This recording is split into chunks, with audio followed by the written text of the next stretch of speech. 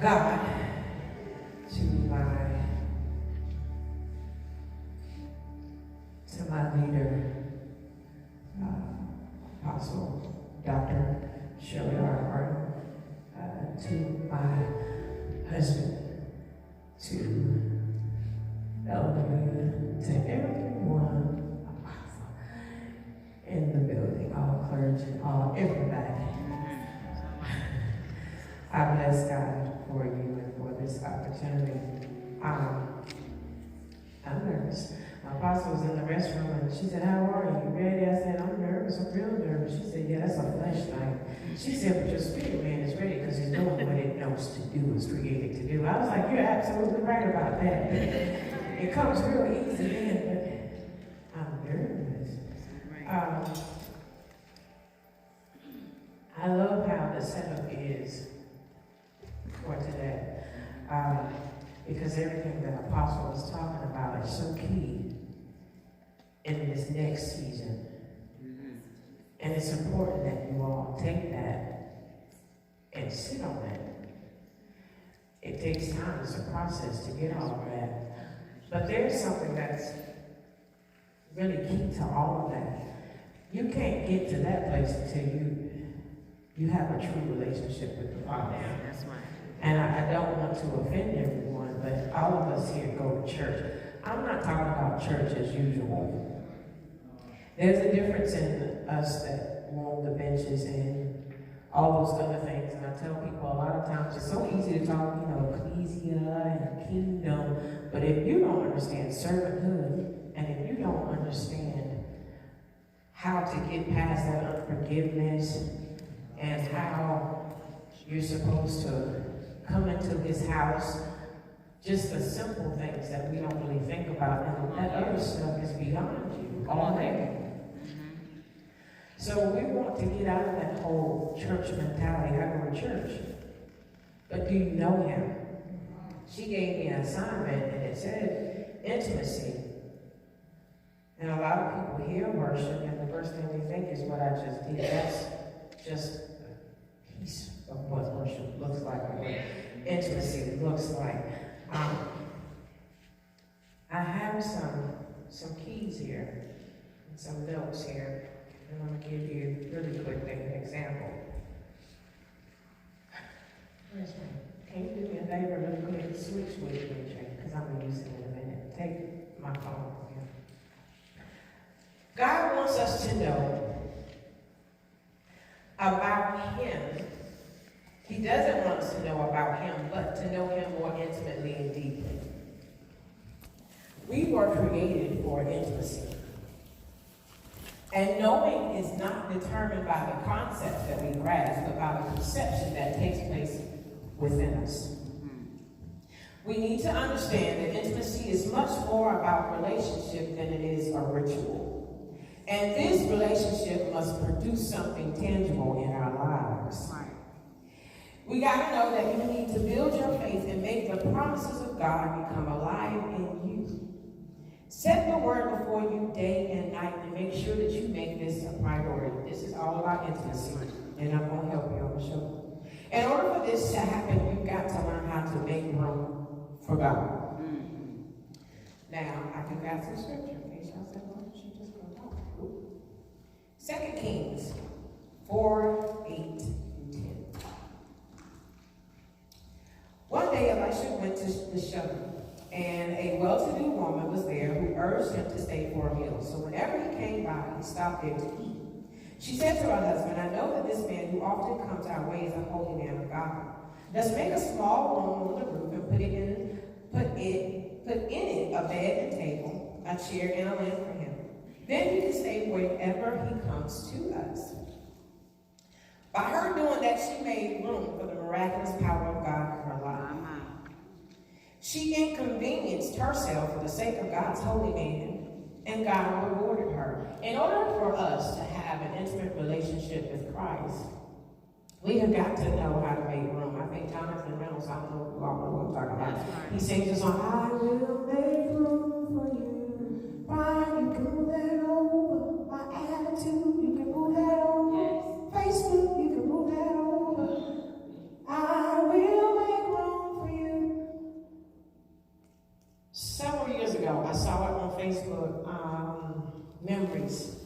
2009, my apostle did a session for women called Girl Talk. And in that session, there's a lot of real stuff being put out there, and she just revealed all her stuff and helped us. And at the time, I was a single young lady. And I just got to the point where I made up my mind, I wanted a husband. I thought at that time, I said I wanted one. And she gave tips on how to get your mate, prophetic tips. And I wrote them all down. And some of the tips were, single ladies, some of the tips were, you've got to make room. Clear the closet out, make a space. I was guilty of this one. Clear the other side of the bed off. Take all that stuff that lays on that side of the bed, get rid of it.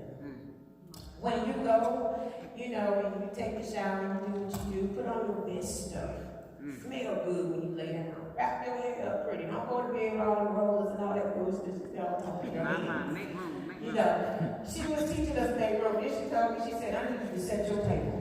And set your table as if your husband's going to sit there. I was like, Lord. Well, it was 3 years before I decided to do that. I thought I was going to do it then, but I didn't. Which meant I wasn't ready. I started doing it about 3 years later. And I told God, okay, and I told her, I'm ready. I'm going to do whatever it takes. We're going to clear this stuff up. And I cleared it and made room. And as I began to make room, something began to happen. I began to spend time with him. I wanted to know God in a different way because I heard people talk about him to be the lover of the soul, and he'll keep you. And I have children. I had my kids before marriage. So I had already stepped into a place. And then I stepped out of that place. And now I'm sitting here and I'm saying, I know they say God can, but I don't really know about that. But I began to know him at that place, and he will keep you. He will keep you until he sends who's supposed to be with you. And so then I make room and I get married. And it's really odd because, not odd, it's like I first. When you have an assignment, you're tested in that assignment. Yeah, it's been a test. And so I understand, because if you're not careful, Apostle was talking about it, and our apostle had just talked about it, getting into your seat, into your place, and not moving. In order for you to do that, prayer is key. This relationship is key. And if you're not following the necessary steps, then that's why you'll lose your seat. You'll slide right out of your seat. So now I'm married. And this is what this looks like. And I want you all to see what I'm saying, because so it is in the natural, so it is in the spiritual. Can you come here? He's my husband. So when you have this personal relationship, you keep backing up and I'm coming in. When you have this personal relationship, when you have this intimate relationship, for those of you that are married, for those of you who desire to be married, I'm going to show you. You have to make room in your life, in your house here, as well as in your natural house. Okay? So there's some things that got to be rearranged and moved out of the way. But what does intimacy look like? It looks like this. Early in the morning, when I wake up, can you respond to me? Yeah. Keep it, we get the church house though. Keep it G for me, all right? In the morning, when I wake up, good morning. Good morning. How are you? Good. You gonna ask me how I am? How you doing? I'm good. About 8, 9 o'clock. I hope your day is going well. Oh, yours is. Oh, yeah. All right. You having a good day? About 11 o'clock? Yeah, it's good. About 12 o'clock. I love you. I love you too. I appreciate you. Appreciate you. 1 or 2 o'clock. You know I can't live without you, right? About 3 or 4 o'clock. You're just so sweet. 4 or 5. You're so good. I don't know what I do without you. I'm trying to stay in the church. you want me to do, you gonna be talking to. And he gonna be the proof that I need him to be too. Let me explain. By the time I get home, I have set the stage for something to take place between he and myself.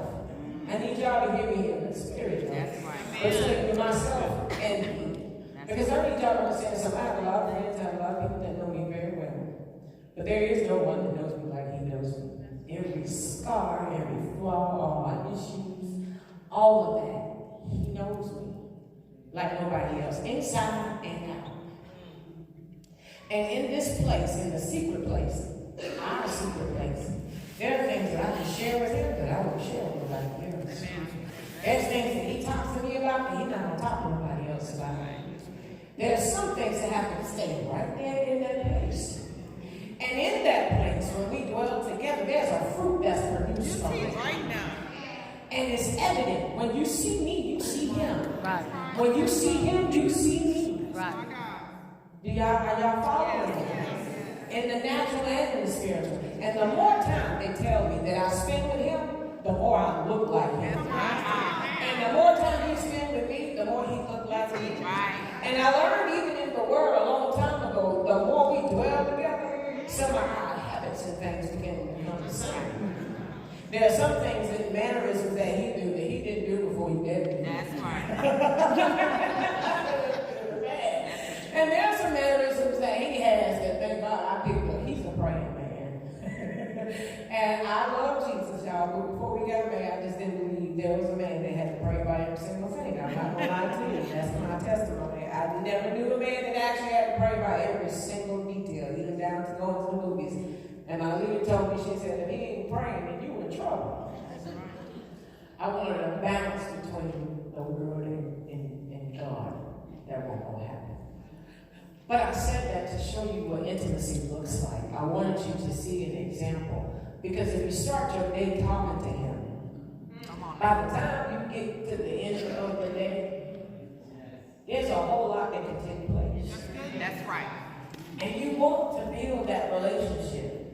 You really want it. In any relationship, it doesn't have to be a husband and wife. Any relationship, the more time I spend with him, the more I know him. That's right. The more time he spends with me, the more he begins to know me.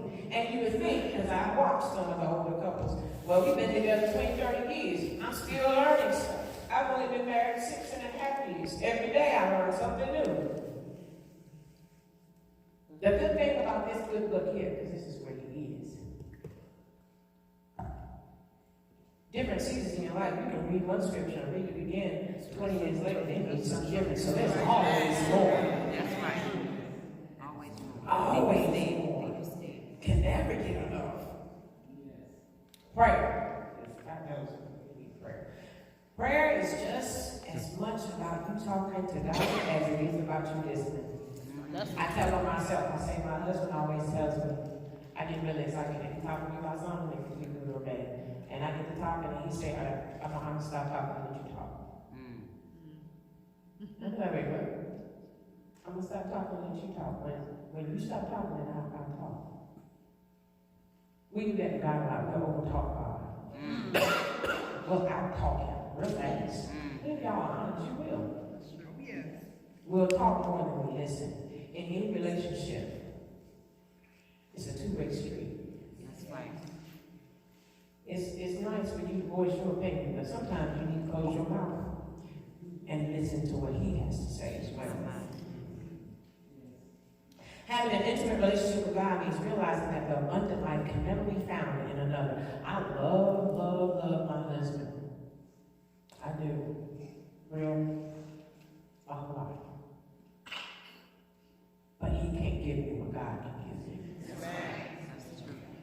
On a good day, he cannot. A true intimate relationship with God is personal. It's personal. That's why, as a worship leader, being transparent, it's really easy to walk into a service and like Elder Hood said, everybody can praise. That's right. Everybody can praise. But if you ever sit down long enough when you're in a service, when it's time to worship, everyone is not on their feet and and their mouths are not open. You That's want to know right. why? That's right. Because you can talk about someone That's right. that you've heard about, Mm. but it's different to talk to someone that you don't know. That's Right, right. right.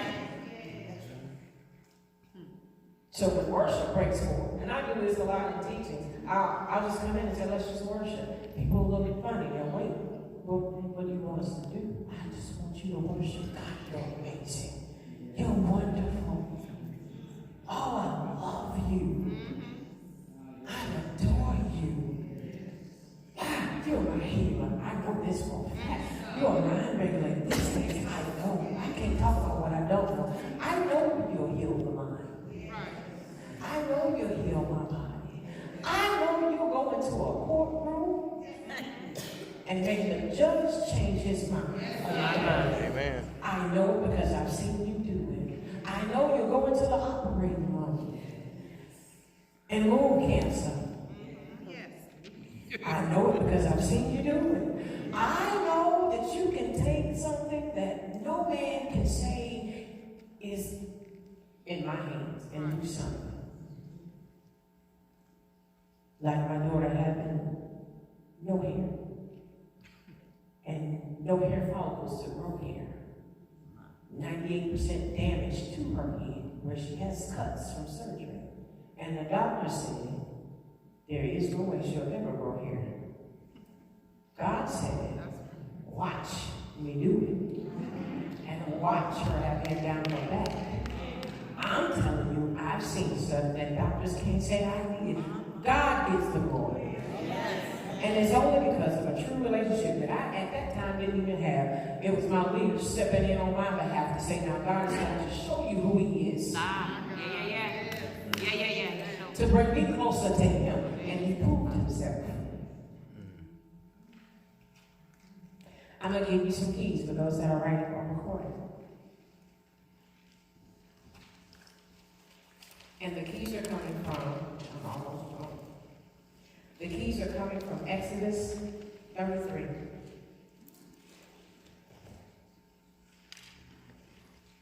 And 7.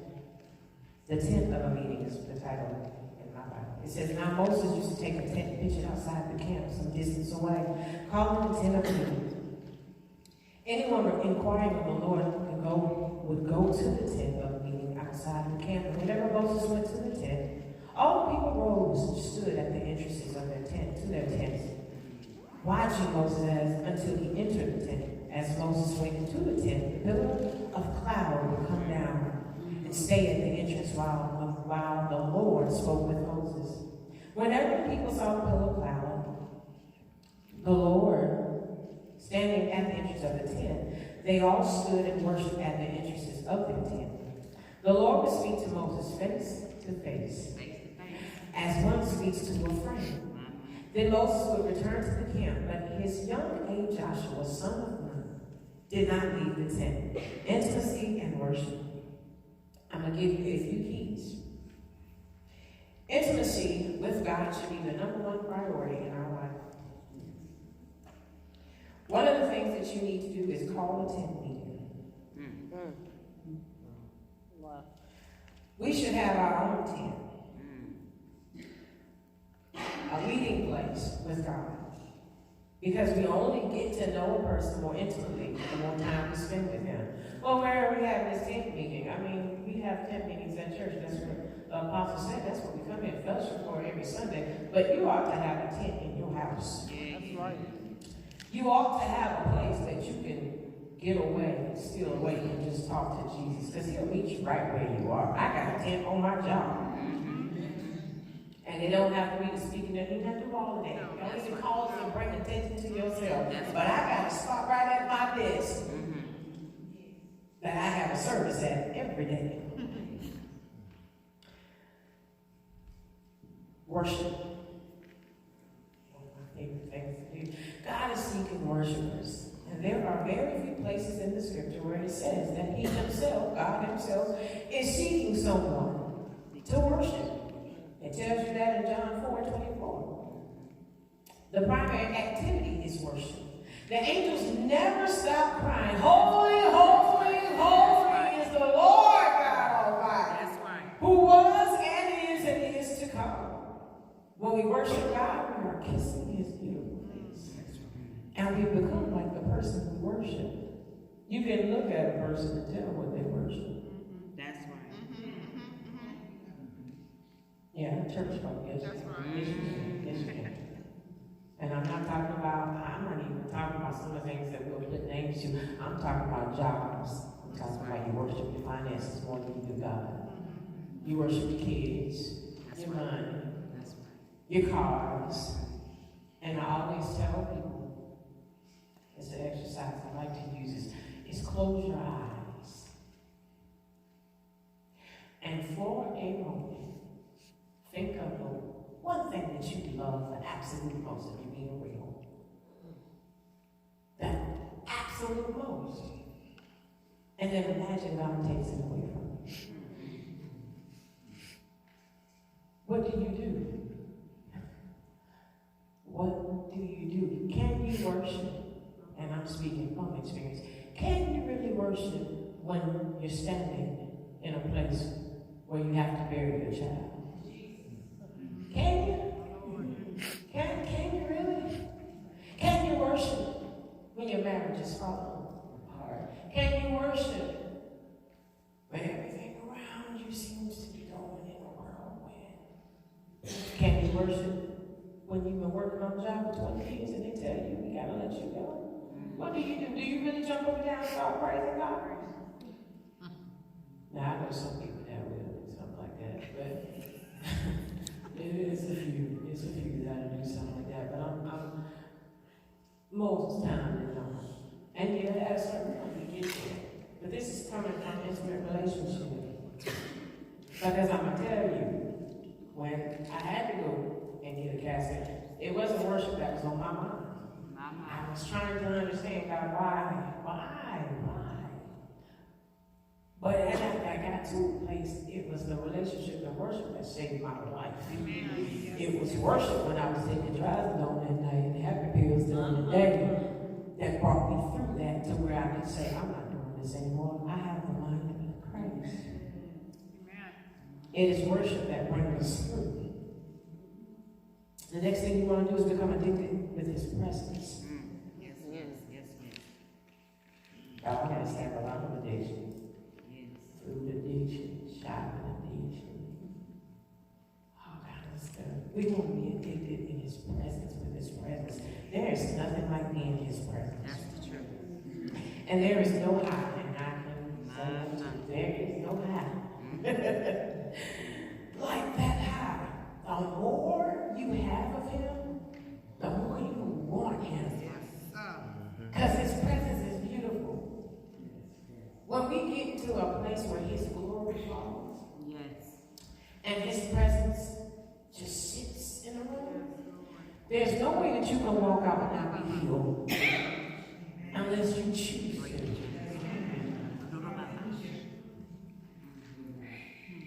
True story. Unless you choose to. A lot of times, God is sitting right here. He's waiting on you. He wants to do. He gave you some money, like, why you ain't do it? No, he did it. But you choose to go out and take it back with you. He was right there. Favor of God. Oh, the favor of God means the blessings of God. And without it, we can never know him. So we need to ask God for more hunger and thirst after him. You can reference Matthew 5 and 6 on the last two.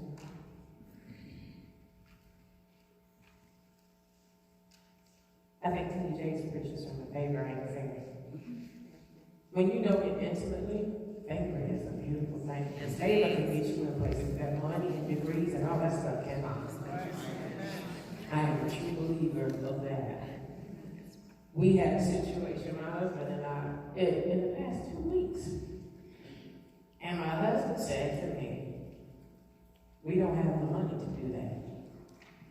And I said to him, I know, but you're not talking like you're supposed to.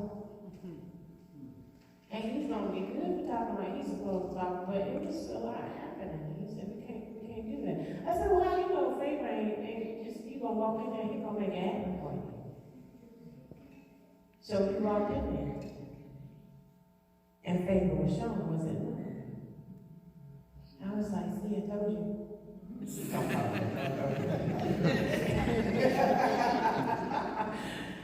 He'll do it when you're in right relationship. When you've been spending time with him, all he wants you to do is step out.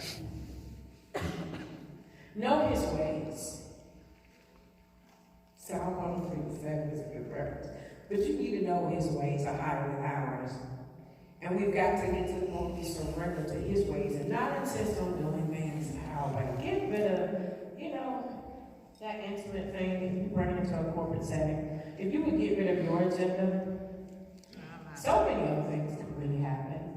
Like, I know in your services sometimes you want to do selection A, B, and C, and then do offering and do selection A and B, and then you want to preach, but what if God wanted the offering first and then the word? Or what if worship hit you up to the point where the glory just fell? Y'all waiting for the next part of the program. And if you want to go to the part of the program, that was it. Talking right. That's it. Talking right. Some of you are saying, well, that just ain't right. That ain't That's God. right. We're supposed to have a sermon. That's Who right. says that? Do we need more? Yeah. But it's a book right here full of it. You want a prophecy? It's a book right here full of it. Come on. We be looking for the apostles and the prophets to bring us something. You ain't even got hold of us in here yet. Come on. That's the truth. But when you know him, when you really know a person, how you know his ways and his secrets. Seek his glory. The glory brings intimacy. The glory brings miracles, signs, and wonders. Yes. The more intimate we are, the more glory can be shown.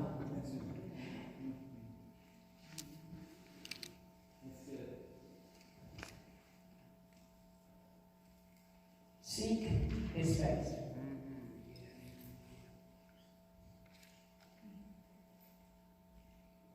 There isn't anything to that. Just seek his face. What do you want me to do? When I wake up, Lord, what would you have me to do? What you want me to wear? What you want me to say? What street do you want me to drive to get to work? I know I've been taking the same route every day. But do you want me to take a different route today? Yeah. Well, why would I take a different route? Because, for one, maybe keeping you from an accident. Two, there may be something I want you to see that I want you to pray about. That's right. That's right. So my prayer today, my prayer is that the Lord himself will give you the spirit of wisdom and revelation to understand That's right. exactly what I understand. Not only that, but I'm praying that you experience him at a different level. To such a degree that when you take this and you take really getting to know him, that you become a conduit. Meaning that you're so on fire that your neighbor catches on fire. That neighbor catches on fire. That's right. That neighbor catches on fire. And then we take it out of the church house. And then wherever you go, somebody wants to know, what is so different about you? Not that regular church stuff, because you can spot, now let me tell you something, I've been on both sides. I've been in church all my life, but I ain't been in a relationship all my life. There's a difference. So I know church folk real well. I've done it. I've been a performer. I did that. So I know how to do the yeah. Oh, hallelujah, shout, run. Amen. Praise God. Bless the Lord, saints. I can church you all day long. But there's a difference when you have a relationship. I ain't got to tell you my fire. That's right. That's right. It doesn't even matter. I'm not going to be on titles anyway. I don't have to tell you what I do. You'll know it. Right. Something is different about you. I don't know what it is. But whatever it is, can you share it with me? Because I want to know. And you got to have that relationship so secure And my apostle did that, I didn't do it the way I want to do it, because that meant nothing to that. But you've got to know that when you spend a whole lot of time with him, like really spend some time with him, you're never alone. Because wherever you go, he goes. When I stand up, he stands up. When I move, he moves. Everywhere I go, he goes. Even if you can't see him, he's always there. That's just how tight we are. So it doesn't matter. I can go all kinds of directions. All kinds of directions. It don't matter. Let's do it, Danny. It doesn't matter. Because we spend so much time together that even when I try to let go of his hand, he still follows me. Even when I say I feel like being bothered, he's still here. He won't let me go. Some stubborn love.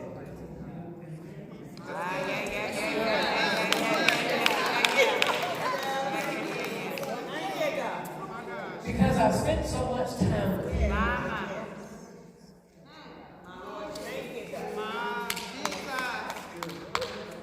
He knows my heart.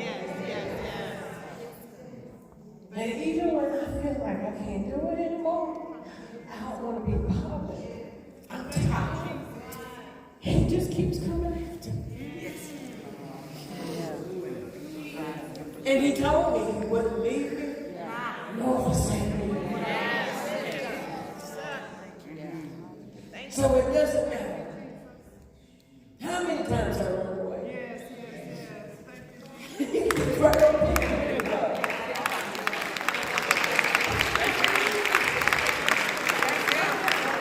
And when I can't walk, he'll carry me.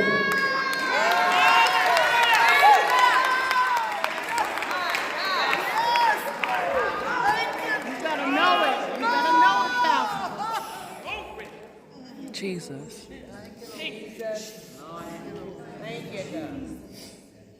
To know him more. My apostle will go to know him more. Get to know him at a different place. Yeah, okay, so y'all say, well, I already know we're good. You think you're good. Let something hit you, see how good you are. There's always more, and you should always hunger for more. Always. Always. Get into that secret place. Get into that room. Call a tent meeting when you get home. My God. Yeah. And talk to him. Yes. And then listen. Because there's something he wants to say. Especially in this next season. It'll take your worship to a different place.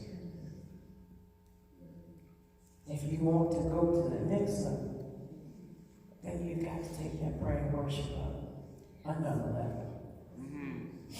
God bless you all. My husband had no idea of none of this. He just playing along with me. But I pray that something that was said blesses you. You can take that.